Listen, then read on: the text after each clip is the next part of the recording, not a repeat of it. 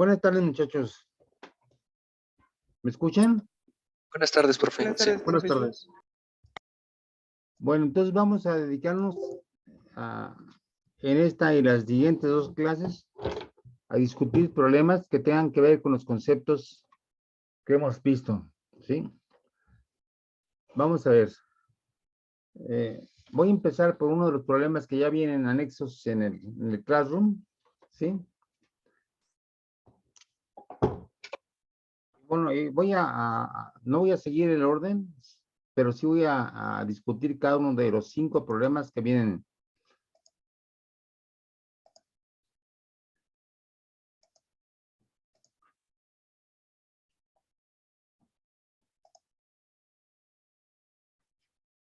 Bueno, vamos a ver, por ejemplo, ahí está el primer problema.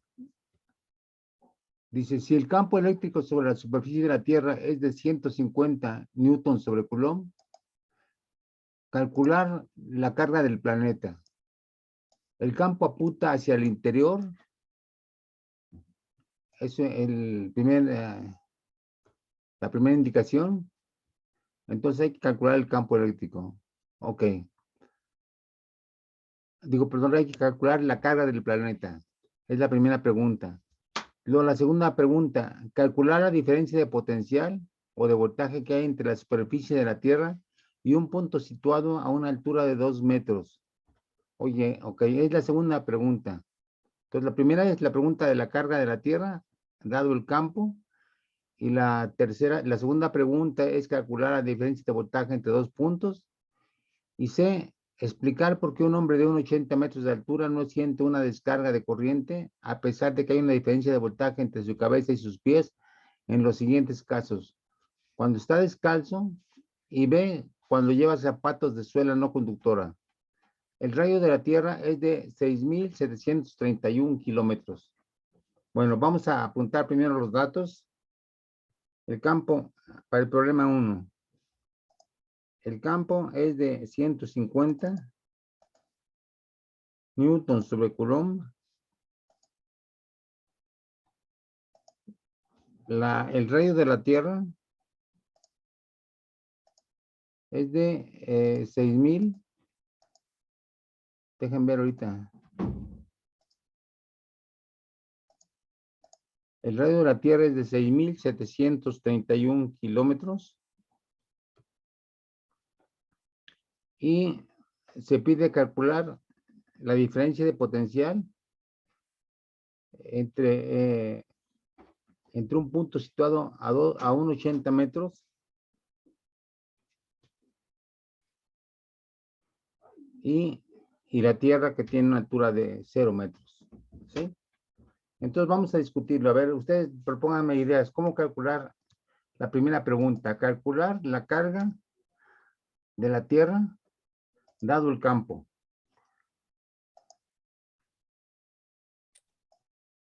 Pues el campo es igual a K por Q sobre R cuadrado, donde R cuadrado es el radio de la Tierra y K es la carga, Q es la carga de la Tierra, es la que queremos hallar, entonces tenemos todos los datos, podemos hallarla.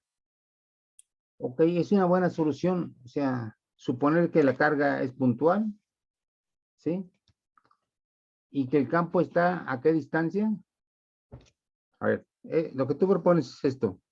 Está la Tierra así. Suponemos que la Tierra tiene un centro donde ahí se acumula la carga y calculamos el campo a una cierta distancia. Sería sobre la superficie de la Tierra el campo. Entonces tú propones que utilicemos la fórmula del campo, ¿no? E igual a K por Q de la Tierra sobre R cuadrada. ¿Es lo que propones? O sea, calcular la Q de T, despejándola de aquí, ¿no? ¿Sí? Sí. Bueno, ok, esa es una fórmula. Sí, tiene razón. En la medida en que la Tierra es esférica, podemos considerar que toda la carga está situada en el centro. Pero vamos a ver, ¿es adecuada esta dirección del campo? En el problema se dice que el campo apunta hacia adentro. Entonces, esta no es una buena representación. Se dice que el campo apunta hacia adentro. Entonces, primera consideración, ¿de qué signo sería la carga?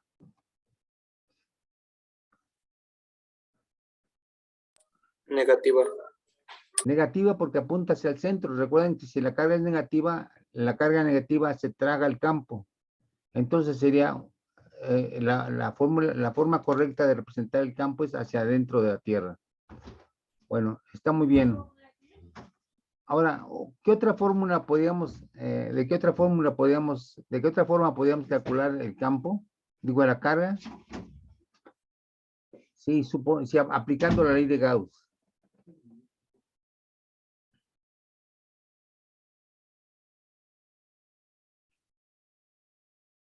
A ver, haga una proposición.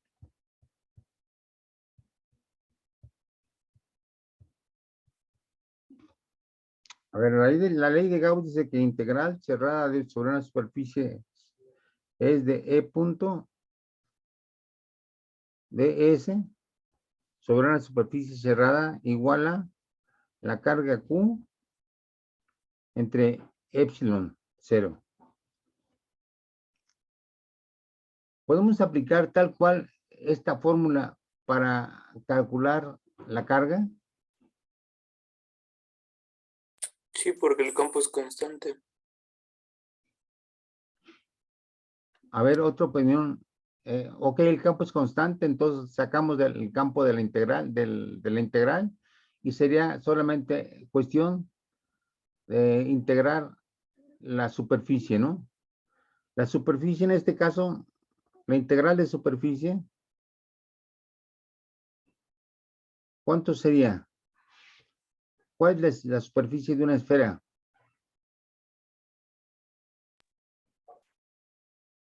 A ver, recuerden sus conocimientos previos. La superficie de una esfera, ¿cuál es? 4pi por radio al cuadrado.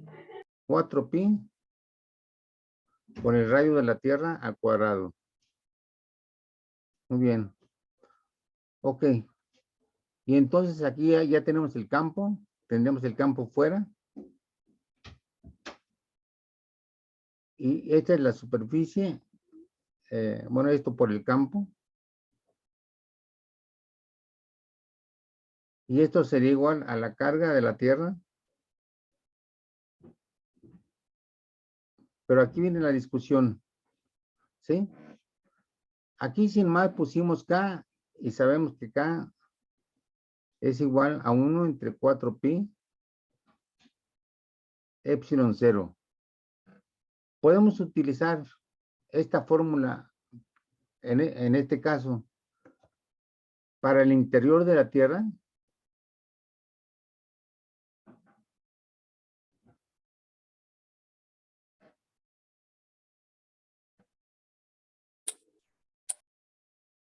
No, ¿Por qué? pues no tenemos el valor de la permitividad de la corteza terrestre y el manto. Sí, esa es una buena razón. Habría que tener el dato de la permitividad de la Tierra, de la corteza terrestre, ¿sí? Entonces, pues sí, es muy sencillo aplicar la ley de Gauss, que nos daría, exacto, a ver, otra pregunta. La ley de Gauss nos daría lo mismo que propuso su anterior compañero.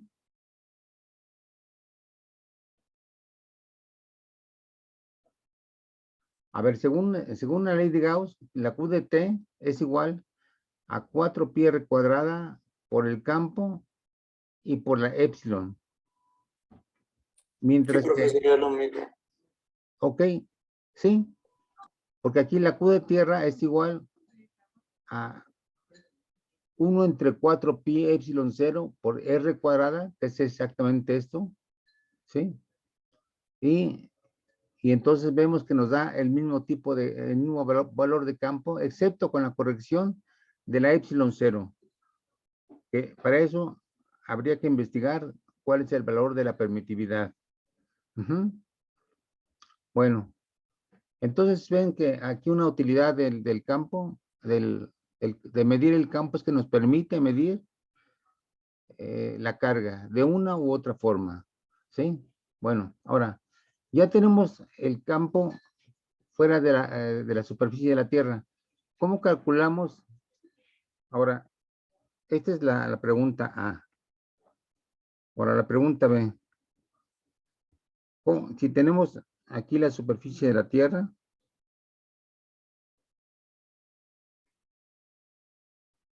y luego a cierta altura de 1.80 metros, tenemos que calcular la diferencia de potencial entre estos dos puntos. Entre este punto y este punto. Bueno, tenemos la ventaja de que tenemos el campo. Entonces, ¿cómo calculamos la diferencia potencial?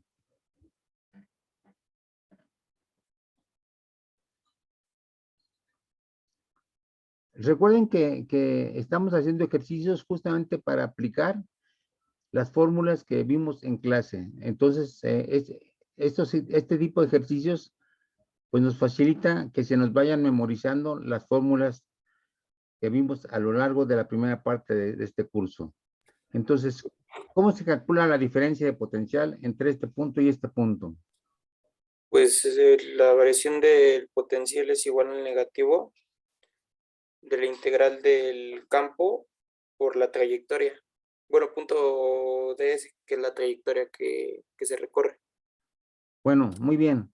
Pero ahora si tenemos que el campo es constante, entonces, ¿cuál sería la diferencia potencial si tenemos el campo que es constante y la distancia? El valor El numérico campo por la distancia. ¿Perdón? ¿Cuánto? El campo por la distancia. Sí, exactamente. El delta B sería el campo por la distancia. Y entonces ya como que tenemos el campo, bueno, esto sería 150 en unidades de MKS por 1.80. Y esto sería en volts. A ver, hagan el cálculo, ¿cuánto sería esto?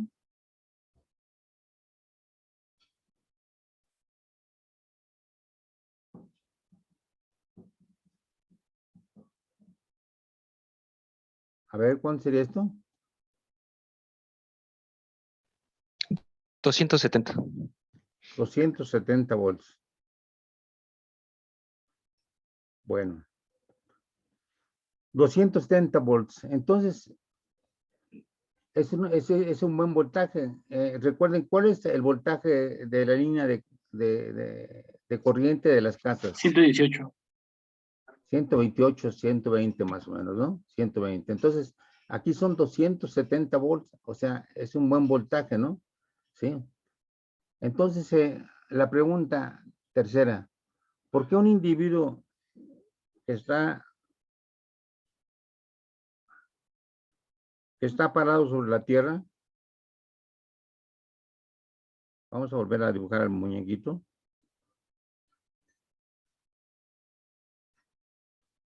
Si está sujeto a una diferencia de potencial de 180 volts,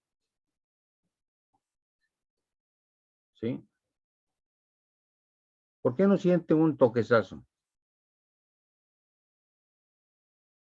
El primer caso es cuando está descalzo, ¿sí? No tiene zapatos. Entonces su piel está en contacto directo con la tierra. Entonces, ¿por qué no siente este individuo esa diferencia tan tremenda de voltaje? Hay que recordar aquí una cuestión.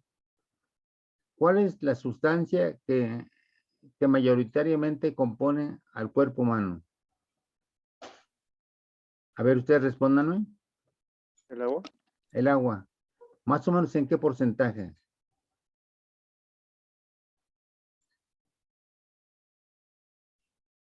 No sé si era 70%, algo así. ¿Cuánto? No sé si era 70%. 70%, sí. 70% de agua. Es la componente del cuerpo humano, ¿sí? Entonces, el agua, como está llena de iones, pues es agua conductora. Bueno, entonces, si es agua conductora, entonces esto es equivalente, como lo dijimos en la clase pasada, a poner sobre la Tierra una sustancia conductora. O sea, hagan de cuenta que esto es un metal. Entonces, ¿cómo es el potencial en este punto, en este punto, en este punto, en este punto, en este punto? Si toda esta superficie es conductora, ¿cómo es el potencial?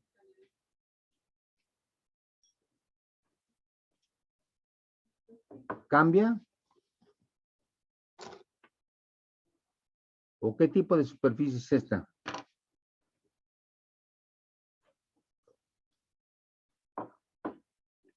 Recuerden, esto sería equivalente, dado que es muy buen conductor, a que tuviéramos una superficie plana y luego una superficie así, pero siempre manteniendo la conductividad. Entonces, recuerden lo que dijimos de cómo es el potencial sobre la superficie de un metal, por ejemplo, que es una superficie conductora. ¿Cómo sería el potencial? ¿Podría cambiar?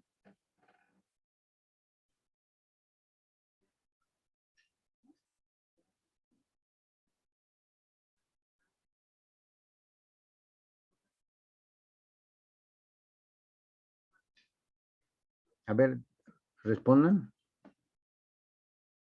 Si es una superficie conductora, ¿puede haber diferencia de potencial? Creo que no. No, no, porque lo que ratificamos la clase pasada es que en una superficie conductora, siempre el campo eléctrico, otro concepto que se deben grabar, es perpendicular a la superficie.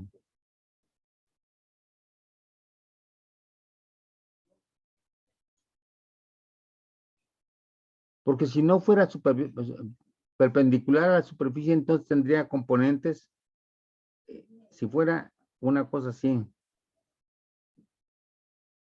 y un campo eléctrico así, entonces el campo eléctrico tendría componentes paralelas a la superficie, lo cual produciría una corriente. Pero estamos en el caso estático, entonces esto no puede ser. Por lo tanto, el campo eléctrico siempre es perpendicular a una superficie, y esa superficie entonces, ¿cómo es? Si el campo eléctrico siempre es perpendicular a la superficie, entonces, ¿qué tipo de superficie es?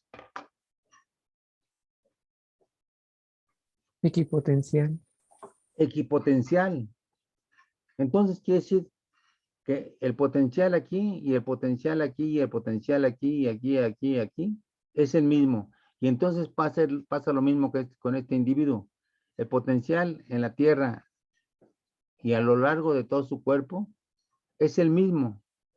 Entonces no experimenta diferencias de potencial, porque todo esto, aunque parezca raro, forma una sola superficie equipotencial. Entonces por eso no siente ningún toque. Aunque entre su cabeza y la Tierra haya una diferencia potencial, no siente nada. Bueno, ahora la otra pregunta era, a ver, grábense bien esto. Una superficie equipotencial siempre tiene un campo eléctrico que es perpendicular a la superficie, ¿sí? Eso es lo que significa que el campo sea igual a menos el gradiente del potencial, ¿sí? Lo que significa esto es eso, que entre dos equipotenciales, el campo siempre va por el menor trayecto, y el menor trayecto es un trayecto que es perpendicular a la superficie equipotencial. Ese es el significado del gradiente. Es un vector que apunta perpendicularmente a la superficie equipotencial. A ver, como físicos, apunten eso, que en estado estático el gradiente del potencial apunta en la dirección perpendicular a la superficie. ¿Sí? Bueno. Ok, ahora, ¿qué pasa si le ponemos unos zapatos conductores? Digo, no conductores, aislantes. Pues vamos a hacer aquí, a introducir rápidamente la ley de Ohm, que nos dice que el voltaje es igual a la resistencia por la corriente, ¿sí? Lo cual quiere decir que si entre dos puntos hay una diferencia de voltaje, pues entonces, si la R es un valor que no es muy grande, pues entonces va a haber una corriente. Pero la corriente debe tener un camino libre para que pueda fluir el conjunto de electrones. Aquí hay un voltaje y ya se puso los zapatos, ¿sí? Ya le pusimos los zapatos aquí. Entonces, en forma natural, la corriente tendería a ir hacia sus pies. Pero aquí hay una sustancia que es aislante. Entonces, ¿qué pasa con la corriente en la sustancia aislante? ¿Puede fluir o no puede fluir? No puede. No puede fluir. Por lo tanto, como el efecto físico de la corriente, de un voltaje sobre un cuerpo es debido a la corriente, y si la corriente es cero, entonces no va a sentir absolutamente nada este individuo, porque no hay corriente que atraviese su cuerpo, ¿sí? Como veremos posteriormente, el efecto de la corriente es calentar a los cuerpos. Es sobre todo el efecto más palpable de una corriente. Es ceder calor al cuerpo por el cual lo atraviesa. Entonces, si tienes zapatos aislantes, pues la corriente no puede fluir y por tanto tampoco va a sentir nada. Bueno, esa es una explicación por la cual nosotros andamos tan campantes, seamos chaparritos o de mediana estatura o altos, y estamos sujetos a un campo eléctrico, ¿sí? O sea, nosotros siempre, aunque no lo sintamos, estamos metidos en dos campos. ¿Cuáles serían los dos campos en los cuales nosotros andamos campantemente?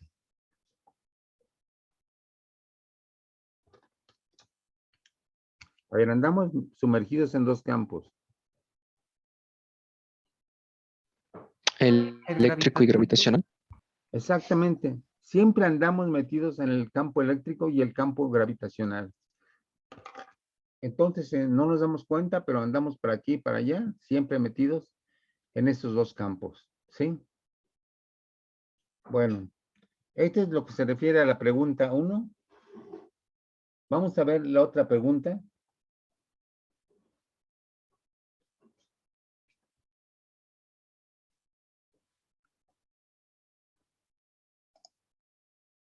Profesor, A ver, ahí va la pregunta 2.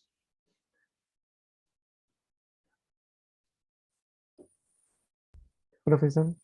Sí, sí, a ver, ¿cuál es la pregunta? Bueno, yo tengo una duda. Sí, Bueno, es que en el ejercicio anterior no sentimos, bueno, cuando la persona está descalza, no siente nada porque el cuerpo es un conductor. ajá, Entonces, me surge la duda de por qué cuando, por ejemplo, tocamos un cable con corriente, sí dan toques, pero si la persona está parada descalza, no. ajá. Ok, entonces, ¿qué pasa cuando está una persona descalza y está tocando, por ejemplo, el agua, ¿no? El agua que es conductora. Ujú. Y entonces le metemos hacemos que agarre un cable de alta tensión y entonces en ese caso, pues sí ocurre que siente un toquecísimo, ¿no? ¿Es la pregunta? A ver, Bueno, no necesariamente que esté o sea, parado sobre agua, sino que en ocasiones cuando, por ejemplo, se va a hacer una instalación eléctrica o se va a cambiar, por ejemplo, un fusible, se baja la corriente Entonces, lo que no entiendo es por qué si en ese ejemplo está diciendo que somos conductores, entonces la corriente va a fluir y no nos va a hacer nada, porque entonces tenemos que bajarle a la corriente, por ejemplo, cuando vamos a bajar, bueno, cuando vamos a cambiar unos fusibles, si no Ajá. nos tendría que hacer nada la corriente porque somos conductores. Sí, No sé si, bueno, vamos a ver. Porque mira, cuando tú estás manipulando alambres, entonces entre dos puntos con los cuales estás tocando un alambre, si no estuviera bajado el interruptor del voltaje, entonces sí habría una diferencia de voltaje dentro, en el interior mismo de tu cuerpo, ¿sí? No por fuera, sino en el interior mismo. O sea, si agarras un cable con la mano derecha y el otro cable con la mano izquierda, y alguien se pone a manipular todo esto, pues entonces sí habría una diferencia de potencial entre tu mano derecha y tu mano izquierda. Y entonces sí podría haber un traspaso de corriente. Ajá. Por eso se recomienda que cuando estés manipulando dos alambres, los toques nada más con el dedo meñique, eh, bueno, con dos dedos nada más, para que la diferencia de potencial esté entre los dos dedos, ¿sí? Y entonces la corriente nada más circule de un dedo a otro dedo, ¿sí? Pero no que toques, por ejemplo, con la mano derecha y la mano izquierda, los extremos de los dos cables, siendo que por accidente pueden tener voltaje. Entonces, por eso se interrumpe el voltaje, para que no haya diferencia de potencial entre los extremos de tu cuerpo. No sé si quede clara la respuesta.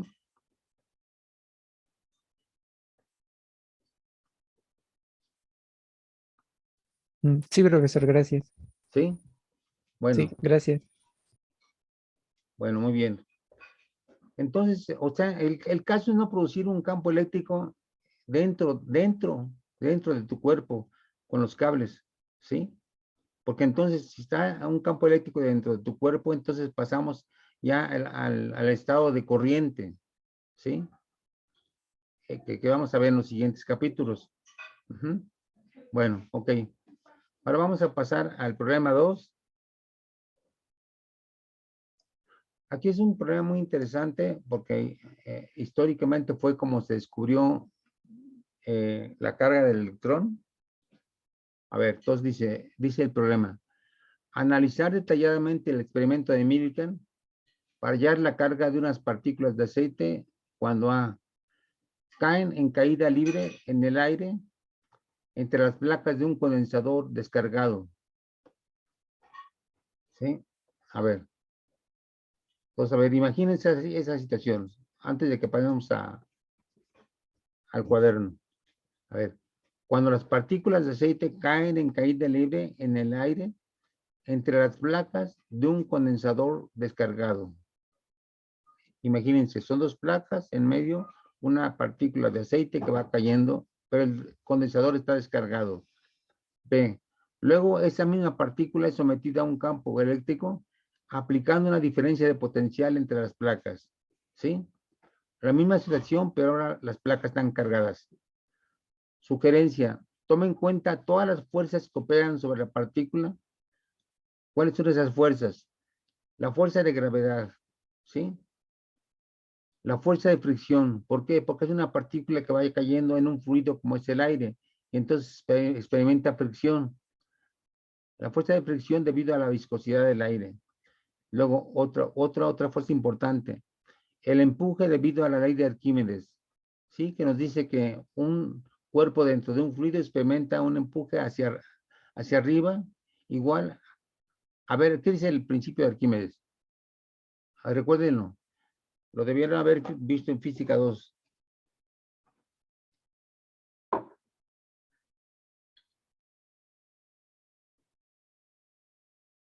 ¿Recuerdan el principio de Arquímedes del empuje?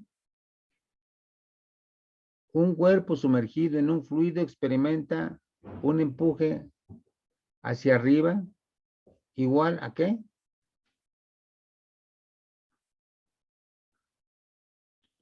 a ver, es una ley que hay que tomar en cuenta todo el tiempo, porque todo el tiempo estamos o en agua o en aire. Entonces se empuje cuantitativamente a que es igual.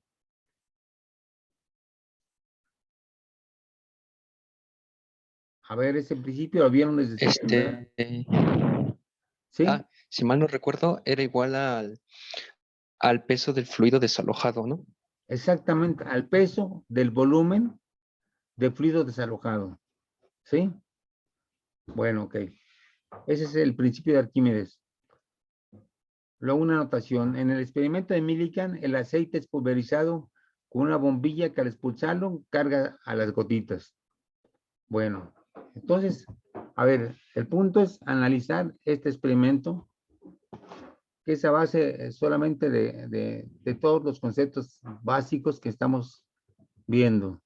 Entonces vamos a volver al cuaderno.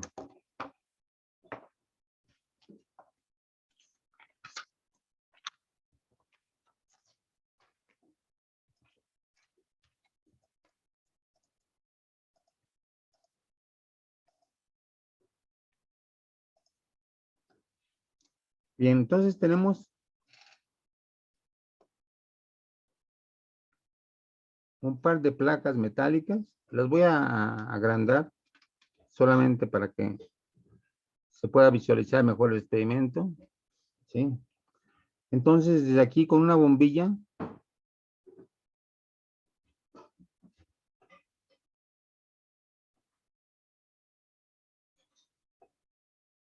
se empuja aceite. Esto tiene aceite.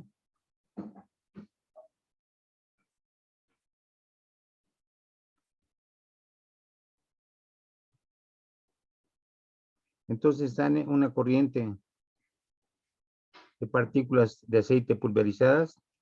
Y aquí hay un agujerito. Por este agujerito pueden entrar las partículas.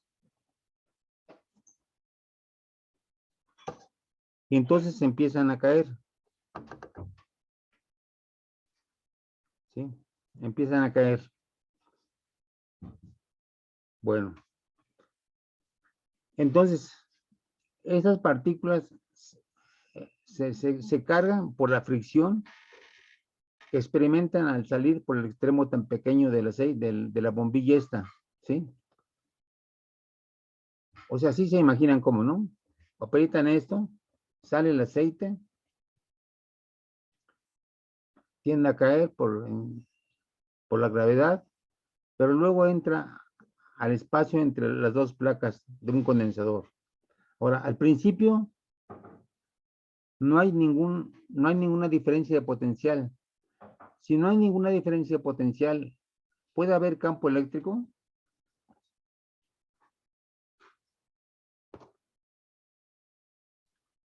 A ver, explíquenme. No, no puede No haber. puede haber, ¿verdad? Porque el campo, el potencial es igual a E por D. ¿Sí? Pero si no hay potencial, pues entonces no hay campo. Entonces al principio no hay campo. Ok, entonces vamos a analizar minuciosamente la caída de una gotita de aceite que adopta una forma esférica y además está cargada, pero no importa que esté cargada porque no hay campo eléctrico. Entonces, ¿qué fuerzas actúan sobre esta partícula que va cayendo? En primer lugar, ¿qué fuerza aplica? La gravitación. La gravedad. Mg. Y luego, ¿qué otra partícula, qué otra fuerza si es que está cayendo? Está cayendo La, dentro de aire. la de fricción. La de fricción. Este se opone a la caída, entonces apunta hacia arriba. La de fricción. Fuerza de fricción. Y luego, ¿qué otra fuerza? La de empuje. La de empuje. También voy a poner aquí al lado. Fuerza de empuje. ¿Sí? Entonces, ahora es cuestión de darle expresión matemática a todas estas fuerzas. La fuerza de gravedad, pues es igual AMG. Pero la masa es igual a la densidad del aceite. Vamos a densidad del aceite por el volumen de la partícula, que sería volumen de la partícula. Por eso tenemos la masa y por G. ¿Sí? ¿Están de acuerdo? Es masa por gravedad. Ahora, la fuerza de fricción sí es una fuerza más complicada matemáticamente.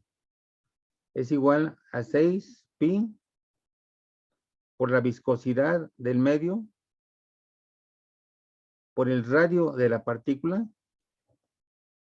Radio, vamos a poner R0 de la partícula y por G. ¿Sí? Esta es la, perdón, y por la velocidad final. A ver, vamos a entender claramente cada uno de estos términos. Esta es el coeficiente de fricción, diferente para cada tipo de sustancias. Hay tablas para medir cuánto vale la fuerza, el coeficiente de fricción. R0 es el radio de la partícula. ¿Sí? La velocidad final es la velocidad final que alcanza la partícula al estar cayendo. ¿Qué quiere decir eso? ¿Cuál es el comportamiento de la velocidad en cuanto cae desde aquí hasta un cierto punto intermedio? ¿Cómo se comporta la velocidad al principio? Va en aumento, ¿no? Va en aumento, pero al ir en aumento, aumenta la fuerza de fricción, ¿no? Porque la fuerza de fricción es proporcional a la velocidad. Entonces, a mayor velocidad, mayor fuerza de fricción. Entonces, va a haber un momento en que la velocidad va a ser tal que va a ser contrarrestada por la fuerza de fricción. Y entonces, cuando la fuerza de fricción contrarreste la aceleración con la que cae la partícula, debido a esto, entonces, ¿cómo va a ser la velocidad final? Va a ser la máxima que alcanza, ¿no? La máxima, pero ¿va a ir aumentando o va a ser constante? Ah, va a ser constante. Va a ser constante. Entonces, por eso le dice velocidad terminal o velocidad final. ¿Sí? Entonces, al principio cae rápido la partícula, pero va acelerando hasta que se frena y empieza a caer regularmente. Bueno, ok, entonces estos son los conceptos. Ahora hay que tomar en cuenta cuál otra fuerza, la fuerza de empuje. Fuerza de empuje. Este es igual a